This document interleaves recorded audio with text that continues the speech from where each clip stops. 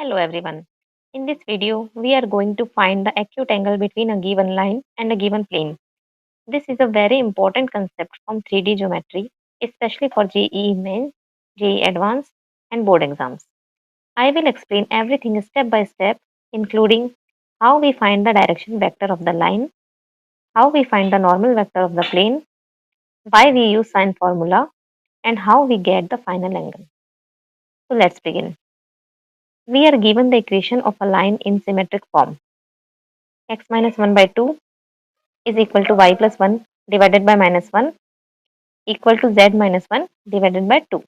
And the equation of a plane is x plus 2y plus 2z is equal to 6. We are asked to find the acute angle between this line and this plane.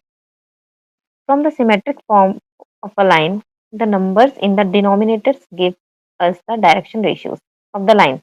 So the direction vector d of the line is d is equal to vector d is equal to 2i minus j plus 2k.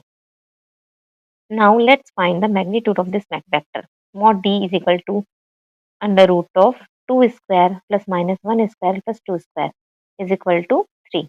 So mod d is equal to 3. Now let's find the normal vector of the plane. The equation of the plane is x plus 2y plus 2z is equal to 6.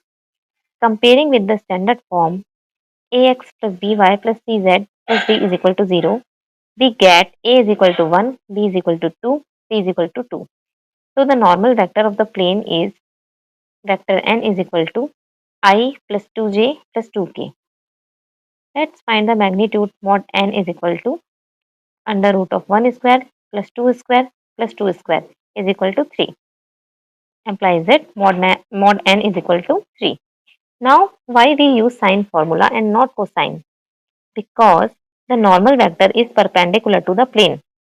Second, the angle between the line and the plane is complementary to the angle between the line and the normal. That is why we use sine instead of cosine.